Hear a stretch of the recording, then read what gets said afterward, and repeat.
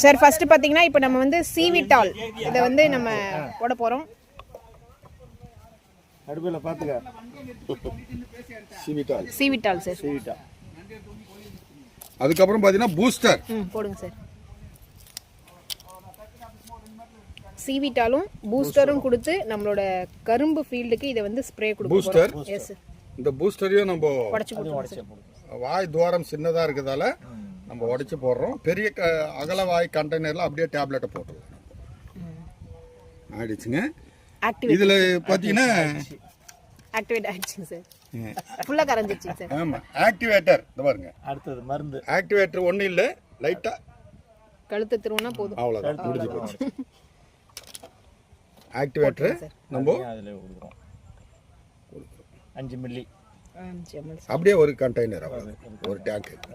அத வந்து லைட்டா தண்ணி ஊத்தி அலசி ஊத்திக்கலாம் சார். அவ்வளவுதான் உங்களுக்கு. இது ஒரு டேங்க் 20 லிட்டர் தண்ணிக்கு இந்த டேங்க் ஃபெர்டிலைசர் நம்ம ரெடி பண்ணிட்டோம். ஓகே. பாத்தீங்கன்னா அடியில எதுவுமே உங்களுக்கு இது இல்ல, ஃபுல்லாவே கரைஞ்சிருச்சு. ஒரு ஒரு ஒரு லிட்டர் கரைஞ்சிட்டு இருக்கு பாருங்களா, பாருங்க. மீதி இருக்கிறது அப்படியே அப்சர்வேஷன் ஆகுது பாருங்க. பபிள்ஸ் ஃபுல்லா கரையுது. ஒர்க் ஆகுதுங்க சார். அவ்வளவுதான், முடிஞ்சு போச்சு.